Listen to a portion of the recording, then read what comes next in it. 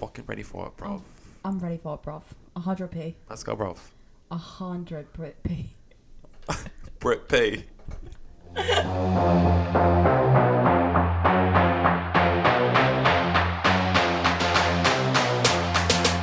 Welcome back, everyone. Hello. Ladies and gentlemen and Welcome non-binary friends, welcome. Earthlings. My new saying. Earthlings. I like to call you all my Earthlings. Welcome back to the IDK with JK podcast. Very happy to be back. We are very happy to be back.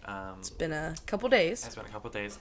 I don't know if you listened to last week's little snippet or not, but Kay and I just didn't really feel comfortable putting something out last week. It is now Saturday, October 31st when we're filming this. Yeah, we're filming on Halloween. So this is going to be coming out after the election. Yeah. We are hoping for the best. Yeah, hoping for the best. Fingers crossed. Again, get educated. Go to vote.org. Learn all you can about voting. Go vote in person on Tuesday. Biden 2020. This is going to be out after they vote. Okay, well, hopefully you all voted. Yeah, I just hope Okay. I hope all of you voted. Yeah, I hope everyone's safe. Yeah, and I think we just kind of get right into it. Jeff, how was our week? How, besides, of course, the obvious of the Supreme Court justice? My week was good. Okay. It was pretty quiet, pretty low-key. Yeah. I got my nails done. Oh, we did. We could talk about Tao. Oh, yeah, we could talk about Tao. So my best friend, who is our guest in this episode, Yes. you'll meet her in a little bit. Me, her, Lily, Jeff, my mom, and stepdad, we all went to Tao for dinner, just to kind of celebrate their moving to Vermont. So Yeah. we just wanted to celebrate dinner. So Just Jeff's a little never goodbye. been, Emily's never been, and Lily has been a couple times. But No, Lily's never been to Tao. oh, Lily's never been to It Tao. was the first time for all of us. Oh, okay. So me, my mom, and stepdad have been, but Yes. it was fantastic. It was a great experience. I do highly recommend. Look, you're paying for what you're Yeah. paying for the experience, you know. We went to the one in downtown in Manhattan, New York City. That's where we are. Yep. Um, We all wore masks. We all lived together. We all were tested negative for COVID. and So tables are spaced out Yep. beautifully there. There's so much 25% capacity. room. Yeah, it's great. And they still have so many tables. Like for 25%, they Absolutely, had yeah. so Well, many. it's a big place. It doesn't Yeah. look that big on the outside, but on the inside, Yeah, 'cause it's it's like underground. so if you technically. go there, I highly recommend the orange chicken and the berries and bubbles cocktail. We also endorse the shot trees. We do endorse the shot trees. How many shots did we have as a table? 20, I think we had 25. We did 2 5, 2 10s, 2 10s. So it's 20. And then we got another And then one. just 1 5. Okay, so we had 25 shots delivered to the table. But they come in these cool little like Stands. They're like trees. It's a little, shot tree. like little holders. If you follow us on on our social media, which you should, IDK with JK. Yeah. You saw it there. We posted it there. We're starting to get a little more active on Instagram for sure. And they're like mixed drink Yeah, they're shots. not straight. They're not straight shots. Like you're not getting blackout at the dinner table. Yeah, You're just when we getting had a little drunk 25, at the dinner table. we were able to handle ourselves, and we all drank responsibly. We're all of the age of 21, but Tao was great. And then after Tao, we made, again, a smart decision to go to another bar. Oh, yeah. Molly Wee's, Shout which out Molly is Wee. yeah. If you're ever looking for a good Irish bar, Molly Wee's on the corner of 8th and 30th. Very good bar. We love going there sometimes. We went there and visited the owner, who's our good friend. Good friend, yes. I'm not going to say her name, but we love Yeah, her. love her. And I chugged some beers. We had some more shots. Some margaritas, some Jack and Coke, all the good stuff. So that was a very fun evening. And then what else did we do this week? We just had like a little roommate costume party on Friday night. If you hear that running in the background, that's my cat. He's going absolutely ballistic. He's going ballistic right now. But I think now, before we get into everything, Jeff, what are you drinking? Oh, just a White Claw. Just a black cherry White Claw. A tall boy, though. It's a big a big one. The big girl. And then I have, funny enough, a black cherry Bud Light seltzer. Ooh. So a little different. So I think we'll do a cheers. So everyone grab your drinks, snacks, weed if you're in a state where it's legal. Let's do a little cheers, and let's dive into this episode. Cheers, my friends. They're cans. They don't clink well. That was not our good cheers. We'll have to see if we can add a clink. Okay, ladies and gentlemen. Well, I think to kick off this episode, we need to announce and introduce our very special guest. Our girl is in town today. Our girl is in town. Don't worry, she got tested before she came up here, and she tested negative. So all safe travels there. So we met when I was a freshman. Emily and I met when I was a freshman in college at the University of Alabama. Roll Tide to that. And we've just stayed really close friends. We have been on so many adventures, and we have so many funny stories we can tell. She probably could embarrass me very much if she wanted to. But we've been through... Should we? No. We've been through the thick and thin together, and I'm very excited to introduce her, Emily Mills. Say hi. Say hi. Hi, guys. This is Emily. Yeah. How are you guys? I was going to try and convince them that you were British. I want everyone to know that Emily has a really good British accent. Can you give the audience a taste of it? I think when I get put on pressure, it really sucks. But sometimes it comes out good, so hopefully it comes out good for it's y'all. like, I mean, when it we're sounds just, like, good there. engaging in regular conversation, and she just throw in a little British accent. Absolutely, I and can. It's absolutely hilarious. Thank you. It's so funny too, because it's like it happens at the most random times. Literally. Absolutely. Especially when you're drunk. It's really funny. God. Especially when she's drunk. Well, I'm still dealing with the hangover. Oh, yeah. From last night's little just roommate party kind of thing. Guys, it was just the roommates and us. There was no one crazy here. And I decided to get absolutely plastered. But like responsibly seconds, though. Yeah. Let's just preface that Emily was doing just fine throughout the night, living her best life. Sober.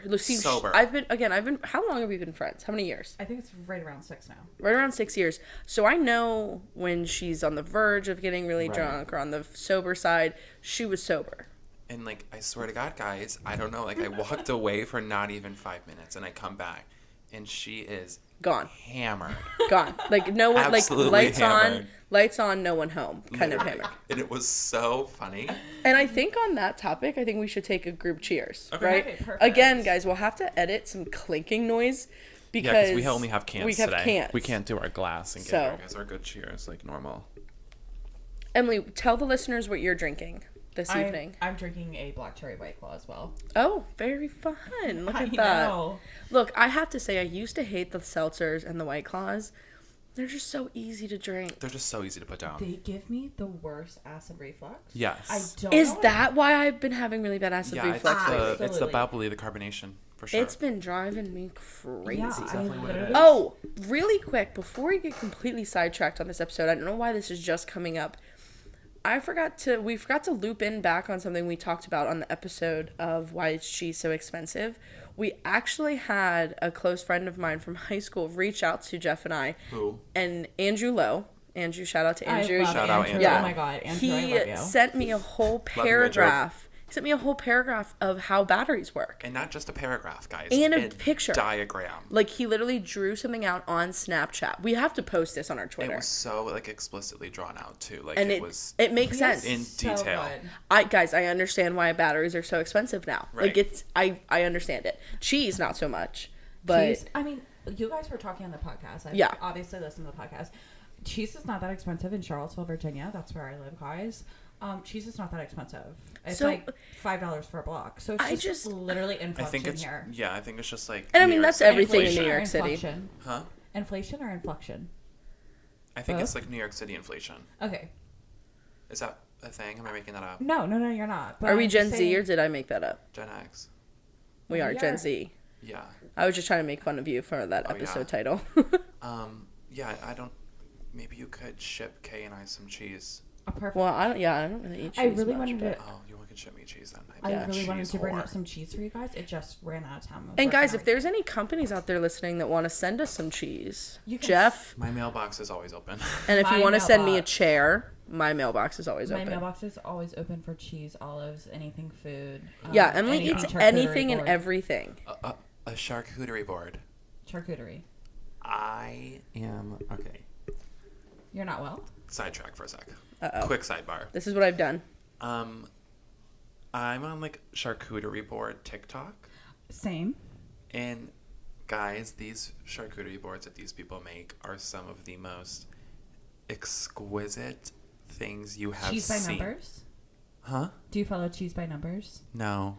It literally, she has a book out, and she literally goes through her book on her TikTok page, and it's her book. She will literally put like, 1, you do this, 2, you do this. Yeah. So yeah, I'm just on charcuterie board TikTok, and it's in the music that they have and just the way that they edit and cut their videos. Very pleasing. And they have so many things on their charcuterie board. I'm telling you, over like 30 ingredients. Speaking of TikTok, if you need to go follow our TikTok. Oh yeah, please follow our TikTok. We made a TikTok, and we made our first like official kind of TikTok thing. Our TikTok is IDK with JK. Yep. Just as our all Instagram of our and our Twitter. Exactly. So make sure you go follow that, like it, share it, do edit. So you can follow Kay and I's personal socials.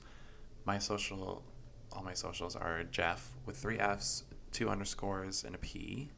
And then mine is just KAY __ Prince. I don't know why that took me. Emily, what's your Instagram? Yeah, Emily. What's my Instagram? Mm-hmm. It is Emily EMILY Mills MILLS an extra X S 96. Okay, well, get ready for it, bro. I'm ready for it, bro. 100p. Let's go, bro. 100 Brit-P. Brit-P. But Emily, why don't you go ahead and introduce yourself? Yeah. I know I gave you a little personal introduction, but tell us what you're doing for work, what you've been up to, what you like to do, stuff like that. Okay, I'll give you a little synopsis of my life. So as Kay mentioned earlier, I attended the University of Alabama for college. Roll Tide. Roll Tide. What'd you major in? I got a bachelor's in human environmental sciences. Okay. But really my focus was interior design and event planning. Okay. Lovely. I'm not doing anything with it now. Well, because of COVID. Yeah, there's no events happening. Right. So currently, I'm going to start a new job tomorrow. Not tomorrow, not Sunday, but Monday. Guys, hold on. Cheers to that. Yeah, cheers to getting a job during COVID, too. Right. Guys, it's remote until April. Like, how amazing is that? That's crazy. Wow. Yes. I had so much things sent to my house. I have, like, 2 monitors sent to my house, a laptop, a headset, like, every single thing. And I was like, what the heck am I supposed to do with this? Like, I'm not smart enough. That's great. So, like, when you go back to the office, then what? So, we are actually moving into a new office building. Oh you're going to bring all that? Yes. So that comes to the office building. Yeah, exactly. But literally, it's going to be right on the downtown mall. So, like, lunches, I can go get hammered and then come back to work. They're so much of a happy hour and, like, drinking company. Oh, my God. People it's every perfect. day start drinking at 3. That's the perfect company culture. I'm so sorry, literally, but you need that. Well, and company culture is so... Company culture is so important, especially for this younger generation coming up and working. You need to have a good company culture. 100%. 100%. You just need, it's important to look out for a good organizational structure and managerial structure in a company. Absolutely. It's very important. Here we are saying absolutely. I know. That's my favorite word to say. So I start this new job Monday. Mm-hmm. I'm so excited. It's going to be in the sales department. So what are you selling at this company? So I'm selling a software that just takes everything that you're doing manually for new home sales and renovations and putting it online. That sounds very cool. Brilliant. Yeah. Absolutely. Even though I'm not in... like... sorry. So the owner We're all started... talking at once. The owner started this company because he had a bad experience when he was building a new home. And now it's that's cutting so many corners, so many shortcuts, cutting out the middlemen.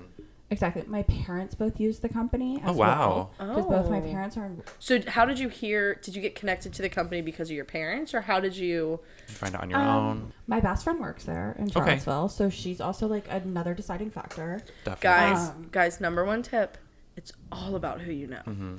And then, get those connections. Yeah, and then it's definitely like after my interview, my dad has built the home of the owner of this company. My dad built his home. And literally my dad got a text message saying Emily killed her interview. That's amazing. Period. Congratulations. Did you think you weren't gonna? No. Oh, no. I had these boys, these men, these interviewers, belly laughing. Oh, my gosh. I knew it. Oh, my God. I make everyone giggle. Really? So. I feel like you would be such a fun person to interview for a job. Oh, thank you. Really quick, I think something interesting our listeners would like to hear is, what tips do you have for, 1, like, the process of finding a job, and 2, really trying to what are you going to do to make sure that you settle into it well, especially during these COVID times? Right. I mean, what, you going to have a routine every day? Are you going to break up your day by working out? Like, what are you, and what advice do you have for the process leading up to getting the job? So it's Charlottesville. It's a small, it doesn't have as many opportunities. I mean, it's a great town, but it doesn't have as many opportunities as, say, a New York or anything. Yeah. It does. Right. So I just applied to so many places. Kind of whatever. Yeah. I literally got a serving time in the meantime, because I've served before. I was like, okay. I've served before. Do you like it? I actually love serving. I love face-to-face. I didn't really like it that much. I love face-to-face time with people. Like, it keeps me also, sane. Again, like, but I also make corporate people culture at your restaurant is Yep. also like very make or important. break your serving, because my restaurant wasn't the best, so I didn't really like it. Absolutely. But I love that you love being a server. I love it. I love talking to people. I can talk people's ear off. I love finding out new things about people. But anyway, that's a topic, like, that's a story for another day. Separate story. But anyway, so I got a serving job in the meantime, kept applying, and I think just keep applying, and just, like, don't hesitate to apply to jobs that you're not even qualified for. Absolutely. Like, don't waste your time. Even if no, like, do it. Do just it. do If it. they, like, what do if you have to lose? I'm sorry. I thought you said don't waste your time. No. Like, do it. Like, if you have any doubt that you... Oh, do it. Absolutely. I'm sorry. Do it. I If it misheard says you. 3 to 5 years of experience, say... I have 7. Yeah, I can literally do this. I mean, don't lie, because they'll figure it out. I feel like so many people lie on their resumes right now.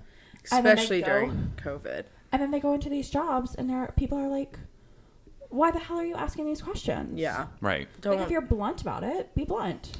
But I'm a blunt person. Giggly, funny, but blunt.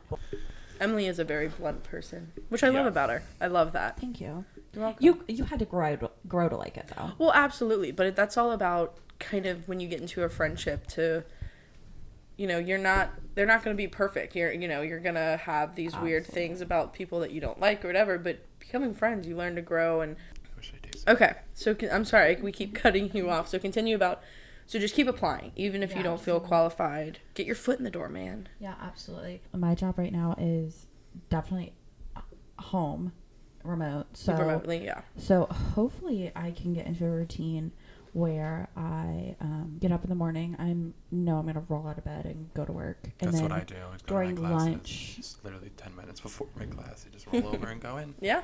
During lunch, I hope I can just get a quick little workout in. Yeah. I get an hour for lunch. You can do a quick 30-minute. Yeah, 30-minute, a quick shower, and a quick Back to the calls, baby. Definitely my biggest advice, because I was working not remotely before COVID started, and then I joined a new company and started working remotely. I don't like working remotely. I don't mind doing it a couple days out of the week, but I love going into the office. I love being in a collaborative environment. So it's hard. So I have, some tips and tricks that really would help anyone kind of going into the workforce. And definitely my number one is to find a routine.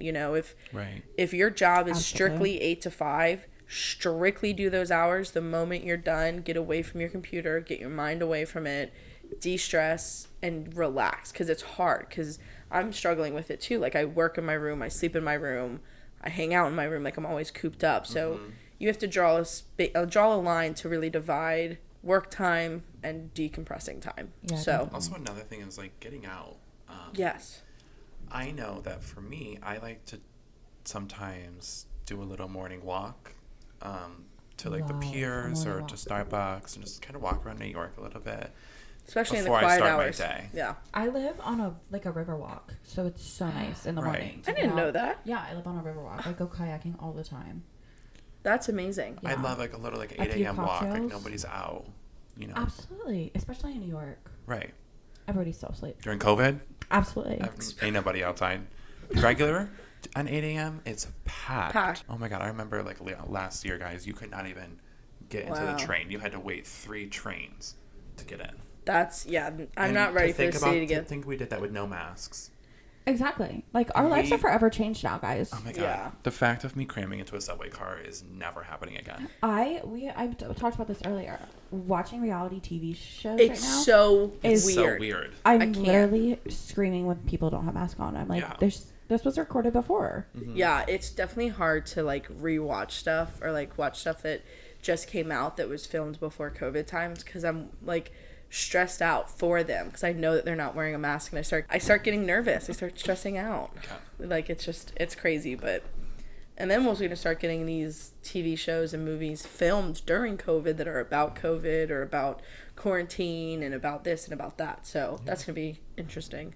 Oh, I'm not ready for the quarantine. Like, someone being in a haunted house wearing quarantine. Yeah. I can feel it coming. Oh, I think there's already movies coming. Like, you showed me something yesterday. It's called Songbird. It's with KJ Apa, the ginger. Dude from Riverdale. Yeah, the ginger from Riverdale. He's in it, and it looks pretty good. So I recommend going to watch the trailer if you're into like thriller or scary movies. It's called Songbird. So you can just go on YouTube to look that up. Emily, I just want to pick your brain a little bit. Absolutely. Let's pick it. And Kay too, because you guys went to school together. Tell me, like, you going into Alabama, you making friends at school, like, how was your college experience? Very different than most. Okay, would you rate it? I think 1 to 10, what would you rate it? See, that's so difficult for me. Yeah. Because I have to break my college life into up to so many small parts. Do you want to dive into that and just lay it on? Like, I can go give us quick synopsis. Okay. Go ahead. Pretty much I came in freshman year. I had just gotten out of a very serious relationship. Really quick. I'm so sorry. Can you start off why you chose Bama? Oh, Bama? Okay. Why I chose Bama is when I was 10 and 11, I was a very competitive cheerleader. Mm-hmm. And I was told to look at schools in the SEC because that's where I wanted to go. I said I wanted to continue to go south. They said look at the schools in the SEC. Fell in love with Alabama, and pretty much since then wanted to go. And then I moved to Virginia, and there's not really a cheer culture in Virginia. So really, no, not at all. Oh, I would think that there would be. Nope. It skips Virginia and like goes to Maryland, and then it also Maryland's is like pretty all big. The South. So it's like so weird. So weird. I hate it. Very interesting. Wow. Yeah. So anyway, so that's why I chose Alabama. I went there. The guy I was dating in high school decided he wanted to follow me to college. Oh, great. We broke up beforehand. We were living in the same building. He married the girl he cheated on me with. Oh, married. You're lying. No, they're still married to this day and live in Charlottesville now. Oh yeah, that's. So it was a downgrade though. So yeah, full downgrade. Sounds like a personal problem if you ask me. Honestly, it's the cheating for me, bro. Yeah, literally. Exactly.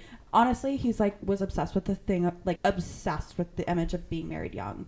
Like we talked about marriage all the time.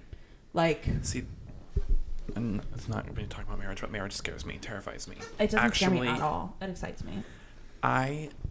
This is gonna make me sound like a bad person, but I kind of have not an issue, but like monogamy, you know? Yeah. But I think it's just how people are raised and how they see love their whole life. And I just know from my side, I've seen love to the fullest with all of my grandparents. Yeah. My parents, my brother now being in a relationship, my sister now being in a relationship. My family is surrounded by so much good love that like it excites me to be where they are. Love that for you. Thank you. That's amazing. But anyway. And I think, by the way, all kids should try and grow up with that type of role model. And it's hard because not a lot of people do. I do say I'm lucky in that factor. You are. Thank you. Back to school? Yes, back to school, please. To school. So, keep going off track. My freshman year at Alabama, I was really sad, really upset about the situation, but I was like living my best life. You're like, I'm at University of Alabama. Literally. Let's go. I didn't party too hard. Like, I wasn't like out all the time and partying too hard. I would go out like Fridays and Saturdays. I was a very homebody. Interesting. It was so strange. And you lived on, we had to live on campus. Yeah, I lived very on academic campus. forward. I see. Where'd you live on campus? With that. I was just a lazy piece of shit. Okay. Let's go with academic forward. Yeah. Exactly. Yeah, academically inclined. So then my sophomore year is actually kind of the reason I met Kay. If this would not have happened to me, I wouldn't have met Kay. So that's crazy to think about. Okay, then tell the story we need to know. Oh, that I was held at gunpoint? Oh. And there it is. Okay. We can skip that one. If you don't want to. No. Just fair trigger warning if you are triggered by these kind of things. Absolutely. Sign off now. But go ahead. Just want to give it. So pretty much me and my best friend and my roommate my freshman year were living together. Her boyfriend was pretty much just psycho. And a situation arose and he held us both at gunpoint. And then I called the cops.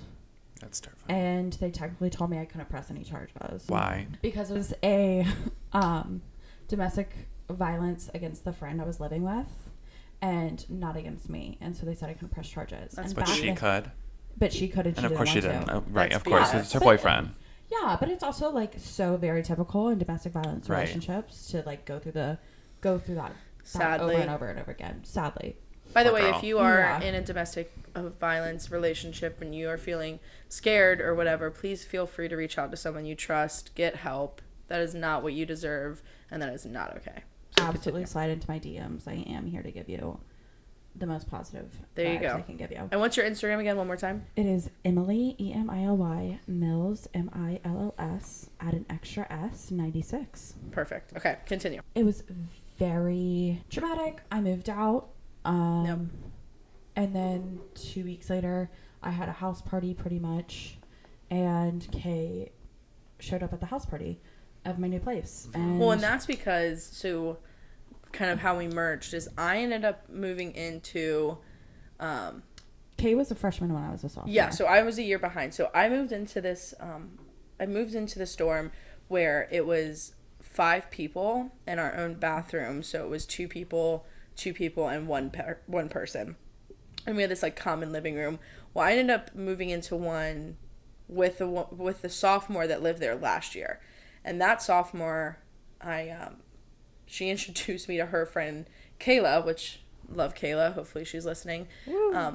But I met Kayla. Kayla and I clicked instantly. We are the same person. She invited to this house party with one of her hometown friends. And then she invited me, and the house that we were going to was mine. Exactly. So hence how we became friends. Perfect. We clicked. I mean, I think we clicked immediately. Yeah, pretty much. Yep.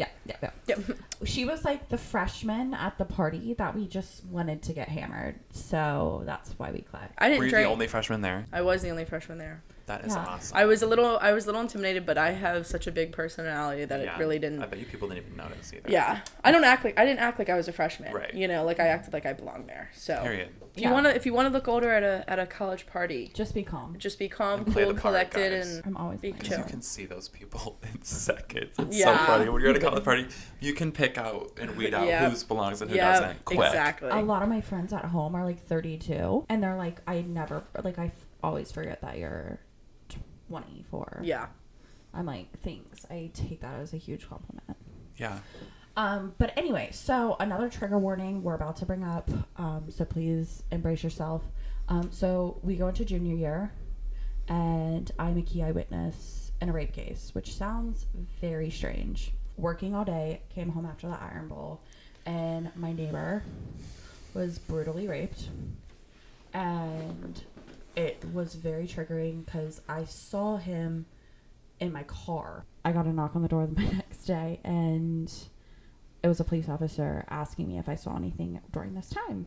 And that's terrifying. I'm so sorry that you or anyone has to go through that. Oh my gosh. Very scary. And how traumatized I have become from that situation as well. Yeah. I can't even imagine the trauma that any rape victim has to go through.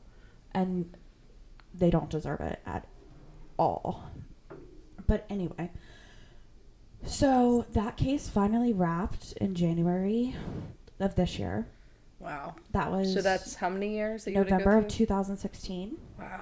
It happened. And January this year, it closed. So had to go to trial, had to go through everything like that. It was very traumatic. And so I came home and took a year and a half off school. I was just like, I can't do it. So I was away from Tuscaloosa, and I was like, I want to graduate from the University of Alabama. It's been my dream since I was a little girl.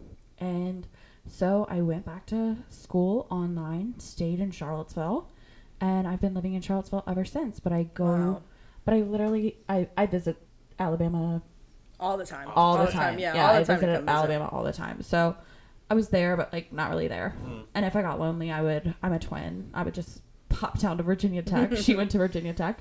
So I would just pop down to Virginia Tech and party hard for the weekend and that sounds fabulous. Go home. Do you have any advice for someone who is maybe not have gone through that exact situation since that is so unique, but that is mentally struggling through college and they're thinking of taking a year off or whatever, what advice do you have for those people? So I was always nervous because my parents are one of those people. They both didn't graduate college, and they have wanted their 2 other children, us all 3, to graduate college. It was a big push for them. So I just knew I had to do it, but at the same time, having that conversation with your parents is the hardest conversation because you just feel like you're disappointing them. I remember I had to take a semester off if I went to FIT, and it was just like a huge thing. But do it, because even though that you could possibly feel so weak at that moment to ask, hey, I need time, it will be the best thing for you. Yeah. It clears your mind so much. I would also recommend to stay occupied. Yeah. Don't because you slip into a quick, like, I don't have anything to do. And yeah, don't just sit at home. Right. Go find yourself. I was working the whole time. I coached cheerleading for the high school that I went to. So I am a huge supporter of just going and finding a hobby that you love. If it's hiking, if it's traveling, if you can afford to travel, go see the world. Fortunately, during that 1.5-year process, I took 2 months in Italy as an au pair. So I literally got to just like see so much of the world, and I just gained a different perspective, and it made me so much stronger. I could not sleep for months with the whole thing that happened my sophomore year to my junior year. Could not sleep for months. Yeah. Italy was the first time I got sleep because I was like, no one can hurt me here. I know that sounds weird, but no, you're right, though. I was like, no one can hurt me here. I can sleep. So I literally was so exhausted all the time in Italy. And then I was nannying, and I was like, these boys are exhausting, but I love them. So how did you decide you wanted to become an au pair? I came home one day, and my mom said to me, my friend's daughter is going to be in the French Riviera this summer. You should sign up. You should go be an au pair. And I looked at her and I giggled. Like she was crazy. Had 2 heads. I looked at her and I giggled. And I was like, how did she find this job? She said aupair.com. No, it's a real thing. And so I think that's how Lily did her au pair in Italy too. I literally went on to aupair.com. Yeah. Put up a page and drove down to Alabama, packed up all my crap. Wow. Came home. That was Wednesday. Friday or Thursday, I left for Bonnaroo. Came home. How was that? Oh my God, phenomenal. And then that Thursday, I was on a flight to Italy. And was it the best time of your life or what? I talk about Italy like, yeah. When they say the annoying travel people that like travel abroad during college, that's me. But I love... I accept it. I've never been to Italy. So. If you can get out and go abroad and like see the world and travel, do it. Absolutely. If you can find a program with your school too, do it. Yeah. I mean, definitely not right now during COVID, but... absolutely not during COVID, but like if you have an opportunity, take it. Jinx. Yeah. Jinx, take us cheers. You owe me a White Claw. Let's cheers, ladies and gentlemen. Let's do it. We need to get a clink like machine. So anytime we do cans, we need to insert a clink noise. Yeah. Insert clink noise here. Well, I'll give a little background on, I guess, how I ended up at Alabama, since I haven't done that. Yes, please. So, you okay? Yes. Are you okay? I am. So, I always wanted to go far away from home for college, even since I was young. Like, I don't even remember how young I was, but I always knew that I wanted to do that. You did not just do that. I'm sorry. I held the mic away. It doesn't still picked it up from mine. Anyway, so I always wanted to go away when I was young to college. So I was like, okay, where can I go?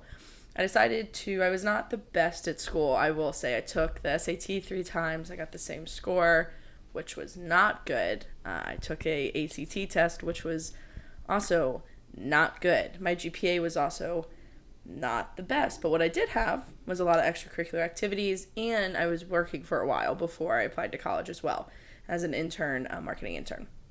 So I don't remember if you guys used it, but there was a platform in high school where like your junior year you could like put in all your grades, your ACT, SAT score, and it matches you with colleges. Board. Yeah, College Board. Yeah, so that's what I used. And the first one that came up was University of Alabama. So I was like, okay, like they have a great business school. They are far. They are sadly in the heat, which was not fun for 4 years.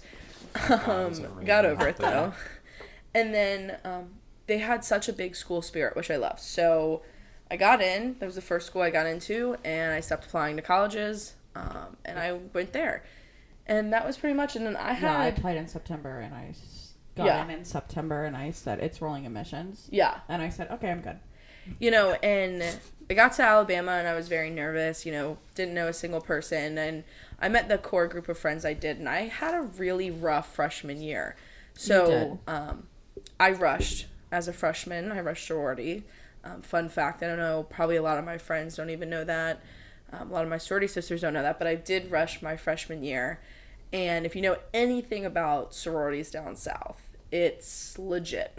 It's one of the biggest Greek life systems there is. It's like the movies. It really is. Sorry, I'm not. I'm a goddamn independent. You know what I mean? What does that mean? A GDI. GDI, you're not in a fraternity or sorority. I'm not affiliated with anybody. So you're a GDI as well. But yeah. Anyway. My choice. Absolutely. Yeah. Anyways. So I rushed. I got dropped the morning before preference round. This probably doesn't sound like anything to anybody listening besides people that did this, but the way that sorority rushed was it was a week-long process, and you got matched with like a house, and you had to go there, and you had to dress up and look all pretty and get matched with them. Anyway, it's a very complicated situation. So I got dropped. So I felt very unwanted. I felt ugly. I felt that I didn't fit in there. I almost went home. And then I actually met Emily. And Emily changed my perspective on a lot. She showed me that I don't need them. I don't need a sorority to have fun at college. I didn't need sorority to make me feel good or wanted or anything like that. And we really just clicked. And she has been through me literally on my worst. She's seen me at my lowest points of my life. She was the first person I came out to ever. I made her keep a secret for how many years? I think it was right around 4. Yeah. Sorry about that. Wow. Oh, I don't care. But yeah, I do not care. It's, so that just shows the level of friendship. And then sophomore year, I ended up rushing again and got into a sorority. And I won't name it. Literally the only friend other than your parents that was there to cheer you on. Yep. I was like, absolutely. And I don't even think I got to saw you because that year we had to go into the parking garage. There was this whole deal and you had to go somewhere. I had work. But yeah, she brought me flowers and all that, and it was just I was such a good friend. We're best friends. You are. I literally love this girl to death. And so happy she brought Jeffy into my life. Yeah. They hit it off. Jeffy. Yeah, this is Jeffy. Well, I think you guys should touch base a little bit on the service industry. I know you both went through there. So what advice do you have for someone maybe going into it, coming out of it, hating it? I think our advice is going to be very different. Be prepared. I'm New York City service industry. Yeah, my service industry. So definitely two completely different views on this, guys. Southern service industry.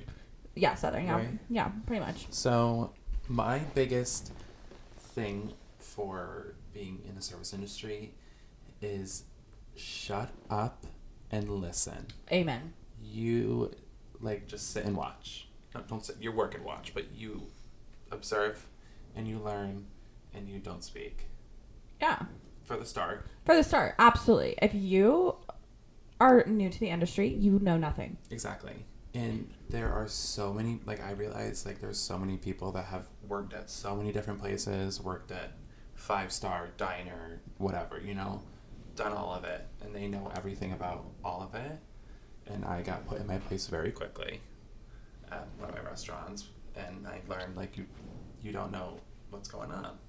Because every restaurant runs differently as well. Absolutely. Every restaurant runs different, especially if they're family owned, if they're corporate owned, all of everything and anything. Every restaurant's different. What's your biggest advice? My biggest advice is... What's your biggest advice for someone starting or wanting to go into the service industry as a young, a person that's 16, 17, 18, 19? I say be quiet and watch. I think that's great advice. For me, observe. Because you will look at a server. If you take 2 servers and they've both been in the industry, let's say 7 years, you are going to figure out very quickly which server has wanted to be in the industry for 7 years and grow, and what server is just doing it to get a paycheck. Yep. And you have to figure out which one you want to be, because as much as I'm in events, and I want to be in events eventually. But what you have to realize is, like, when you take that time to observe the person that's not doing it for the paycheck, their paycheck's bigger because they love what they do. Their tips are bigger. Yeah. And so, and you can tell that they're happy to be at work 100%. and they're personable and all that. Because, you're right. You can go to a restaurant and you can get a real nice waitress or a real mean waitress. Right. Yeah. And another thing that I... be the nice waitress. Yeah. You will definitely be the nice host, be the nice waitress, be the nice busboy, and do what you can. If you're walking through a restaurant and you see a plate is empty, just be the team player. Regardless of what position you're in. Yeah, of what position you're in. I would also say, I learned when I was serving, is like, you have a different personality at every single table. 100%. Yep. You learn very quickly in 2 minutes of meeting them, like, how much they want you there or don't want you there, or what they do, if they do need something, or they're like, I know what I want, I know what I need. And you gotta be a different personality for all of them. I know when I first meet a table if they're gonna make me a runner, or if I'm gonna be like a casual, cool table with them. Yeah. Like, you know what I'm saying when I say runner. Yeah, that means just like running around needing everything for them. You go to the table, you bring them the food, let's say, and they're like, oh, can I get an extra ketchup? And you go back and you bring the ketchup, and they're like, oh, can I get a ranch? And then you run back, and they're like, oh, well, I need an extra fork. And you're Those are the worst. Yeah. Dude, I have 17 more tables. Right. The most tables I've ever dealt with in my life is like 15, and I was in a whirlwind. I remember my first serving job. I had, like, every night at least 12 tables. Every single night. And I knew it wasn't normal. 12 tables at once, or 12 tables? At once. Okay. Oh. And I knew it wasn't normal. I was working at my second job. The servers there had 4 of the most. Mm-hmm. And they had like 8 servers, and I had 3 at my other one. And I realized, like, okay, that restaurant has no clue what they're doing. 100%. That's where my restaurant's at right now. The restaurant that I'm working at literally fired everyone during COVID and hired on a full new staff. Well, I was gonna say they probably had to.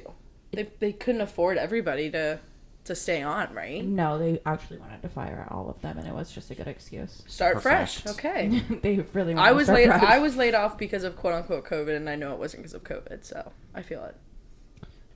It is what it is. So then, what advice do you have for people that are in the current service industry, our age, and they're just struggling, and that's all they can do? They can't leave, they can't quit. What advice do you have, especially during?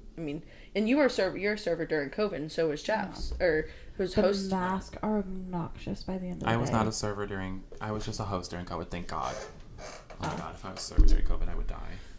Honestly, I think it's actually great that how much more we actually follow the rules. Because before COVID, you can break the rules a little bit. You broke the rules a little bit. But now I'm, like, very picky, because I'm like, if I go out and I see someone breaking these rules, I'm like, what are you giving me? Well, and also, like, getting something with what this? Do you mean? Like, am I getting like CDC, like guideline rules? Yeah, like guideline rules. Like, I literally, before COVID, you're supposed to wear gloves to the table to set down food. But after COVID, now during COVID, it's not after, you have to do that. Like, it's mandatory in Virginia. You have to wear gloves to serve food. If somebody was to come in and work... I think that's mandatory here, too. And literally, I'm like... If I ever see someone walk out, I'm like, where the hell are your gloves? Put your gloves on. Mm-hmm. Yeah.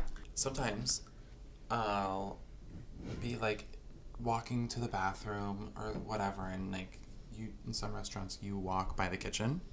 Mm-hmm. And the kitchen staff aren't wearing masks. No. And the kitchen staff have the masks around their chin. And I'm literally, if I have to do that, if I literally like, just need an air pocket to breathe, I go into a closet and I take it off for like 2 minutes. Or just step outside for a minute. Yeah. What's stopping me from reporting you? Nothing. You can report them. Absolutely. And you can get your license taken away now. And they aren't wearing gloves, and like you're handling the food before everyone else gets to it. So you're the first one to touch it. So what are you doing? Absolutely. That's disgusting. I didn't need to know that. I'm sorry. I mean, I'm glad I know it now, but I'm just very aware of like, because I was working in the restaurant industry and I had to wear, I was working during COVID too, and I had to wear a mask for a little bit. And my restaurant, thank God, was so strict about it. Like, every day someone else was getting yelled at for their masks. And it's like, 100%. Now it's something I keep in the back of my head when I go to another restaurant. Absolutely. I keep it all in my head now. And I have one last question kind of relating to the service industry. What tips and tricks do you guys, that you learned from the service industry that you apply to either your everyday lives or your job now, or like things that you took away? Oh, tell me. You never know who you are going to meet. Okay. 100%. 100p. I have met so many people hosting and serving, and even as a busboy, and they're like, here's my email, send me this, whatever, like 100%. And I have, and of course, like sometimes they don't follow through because they're drunk at the time, but still, like, you don't know who is at that table. No. You don't know who anyone is, or what day they've been having. I literally, I'm not even kidding you, I can tell you a story real quick. Yeah. New serving job I was at. It was my second day on. I was the only one there. Like, literally second day working at this place. They had 2 servers. I was one of 2 at the time.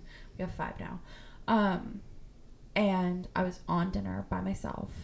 And I had 9, 10 tables. I was literally just, like, running back and forth. Were you, like, shitting your pants? Shitting my pants. I would be like, so barely scared. know the POS system. Right. I don't know the menu that well. I don't have a bartender. I have to pour every drink. I have to make waters for every table. I have to expo. I have to, like, literally, they don't have any of those spots filled. So I'm doing all of it while serving tables. This guy, I'm literally barely table touching. Like, serving people's food, headache. I get my check, and the check was like $47, let's say. He left me $60. Wow. Because he probably knew how I was like, what the you hell? were on your own. And I was like, what the hell? And my front of house manager goes, he's one of the wealthiest doctors in Charlottesville. I said, okay. He didn't have to leave me $60. I was like, but that's what I get for, like, literally just serving. And that's what they say, too, is you don't know what kind of day someone's having, so... I'm at the Kluge. Flash someone a smile, too. Like, if you just see someone, they seem like... They can't see me smile right now. Well... Someone told me about one of my old... I got a mask on, they can't see me smile. Right. Someone told me I meant more just, like, anybody in general, but, yeah, people still do have masks. I'm a really warm, fuzzy person when I'm at a table. Yeah, and I just, like, try to make people giggle. I try to bring light to their day. My old manager told me, like, especially at dinner, like, you're one of the last people they see. And if they're having a bad day, like, and, you know, it's eventually comes down to the money. Yeah. It comes down to the tip. Absolutely. So you either make or break that person's day. Absolutely. And just be nice. Yeah. And I know some people are annoying. I really do, guys. But you know what? You go to the back and talk shit about it with your coworkers. Yeah. Absolutely. Put the face on at the table. That's all you got to do. Yeah. If you're annoyed by something, you go laugh at it. Go laugh at it. Absolutely, make it a joke. So, can I hear like a funny like Alabama story or? Oh Lord! Oh, which one should we do? I mean, we have so many. I want to hear something. I think we've gone on a ton of trips together. Can we? Can we just narrow it down from none of our traveling? Yeah. So we've done so many travel trips. We've gone to like Aspen and everything. Vegas for your 21st. Oh, Vegas for 21st. That's a whole nother episode. I think we should talk about last year, St. Patrick's Day. And was that only last year? That was 2018. There was a year it was graduated. Oh, so 2019. Jesus. So last year. Where have you been? What time warp are you in? Craziness, guys. Yeah. So, do you know what story I'm talking about? St. Patty's Day? Yeah. Absolutely. I think you should kick it off. You back? Yeah. Well, but also I wasn't as bad as I usually am. Oh my gosh. I was so surprised at how well So I think I guess we need to give some context. Okay. Yeah. So really quick, I'll give some context. So we have... Because you know the content. We have our favorite bar in Alabama. Go Gallettes. So our favorite bar, Gallettes. If you go to Alabama or if you're going to go visit Alabama, go to Gallettes, get a Yellowhammer. Absolutely. I need to visit, by the way. Yeah. I love. It's our favorite bar. So my best friend as well, she and I went to Gallettes all the time, you know, because Emily wasn't there my senior year, but she came back and visited. So anytime she came back, we went to Gallettes. So my friend was dating someone that worked at the bar. He cheated on her with the bartender. So my friend and the bartender hated each other. Okay, right? Because that's where the guy was cheating on.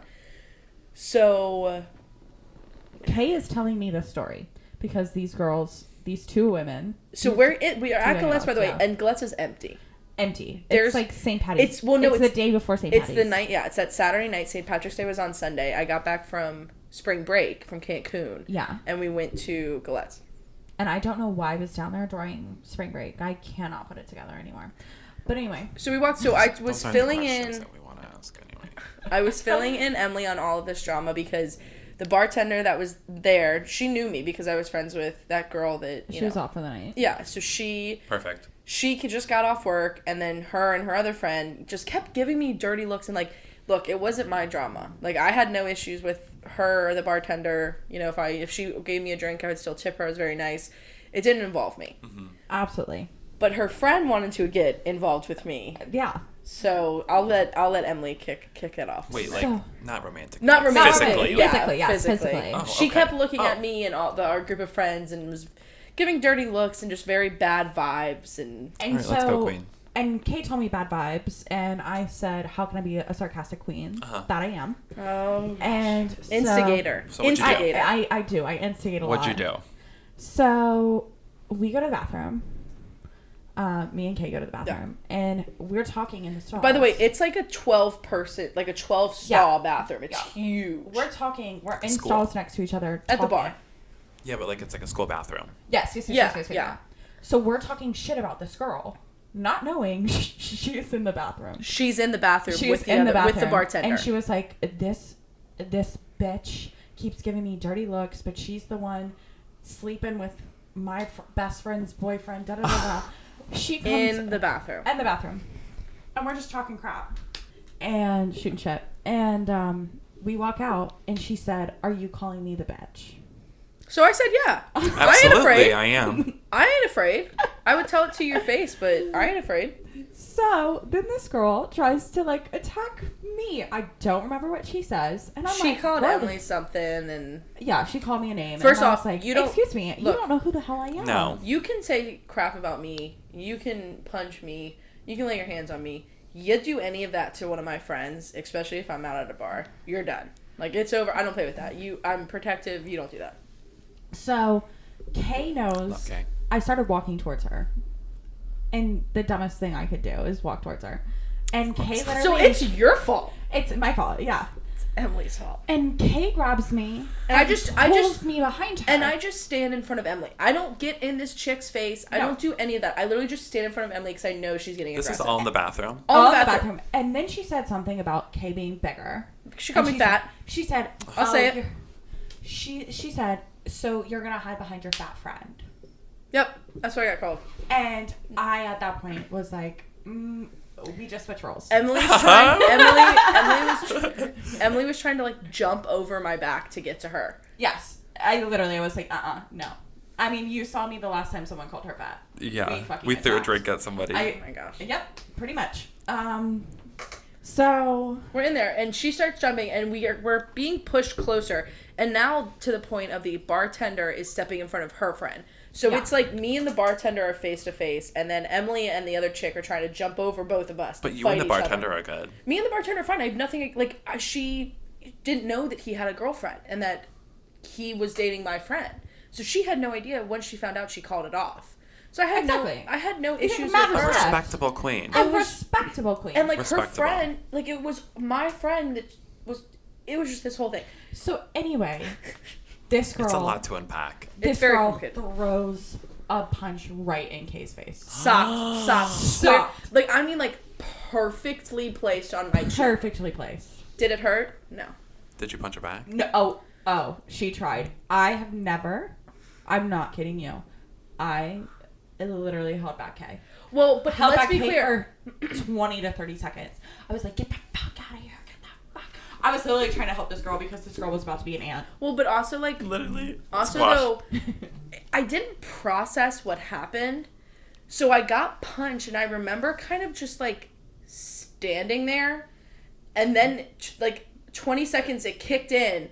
And then I went to, like, throw one, and then that's when Emily jumped in front. And then I was like, wait, and then this there is was stupid. a boy bouncer in the girls' bathroom tearing the other girl apart. We were like, we want her yelling out, at her. Out. She punched me. She threw a punch. Yeah. It's not my fault. Absolutely. Right. So anyway, and I didn't punch back. So anyway, we somehow, the next day, we're back at Gallettes. It's St. Patrick's Day at this point. We have found out that this girl that punched Kay is here. Is also a criminal justice major. Yep. So we're giggled. Yeah. By the way, and she's back at the bar. She's back at the bar. And this happened last night, so we know fresh. We're making jokes. We're still making sarcastic jokes. And she comes up and apologized to Kay, and we decided the whole night we hung out with and all of them and ripped shots, and we're all now She comes friends. over with a shot, gives me a shot, and just apologizes. She was blackout. She was just standing up for her friend, and I was like, you know what? I'd rather be a bigger person. Would rather not have to get punched in the face again. So I forgive her, take a shot, and now we are Snapchat friends and still text here and there. Yeah. That was a great story.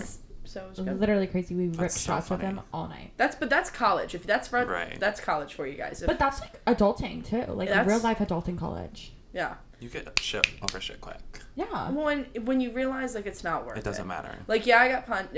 I didn't go to the hospital. I didn't get knocked out. I didn't lose a tooth. Like I didn't break a nose. I was angry. Oh, I would have. Yeah. Been.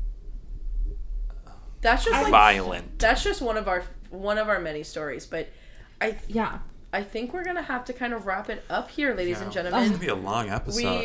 We'll do one more cheers. I'm a chit-chatter. We'll do one more cheers for everyone. Just kind of. My white claw's empty. Bring it out. Jeff will do a fake cheers. I will. No, I shouldn't share mine. Oh yeah, no COVID. Yeah, don't do that. Well, everyone, thank you so much for listening. Emily, thank you so much for being here. Seriously, thank you for having me, this was so fun. Where can they follow you on Instagram again? One more time. Instagram, Emily Mills, extra S 96. Okay. Got it. Go follow her. Go tweet her. My tweeter's different. What's your tweeter? My tweeter is _EAM3.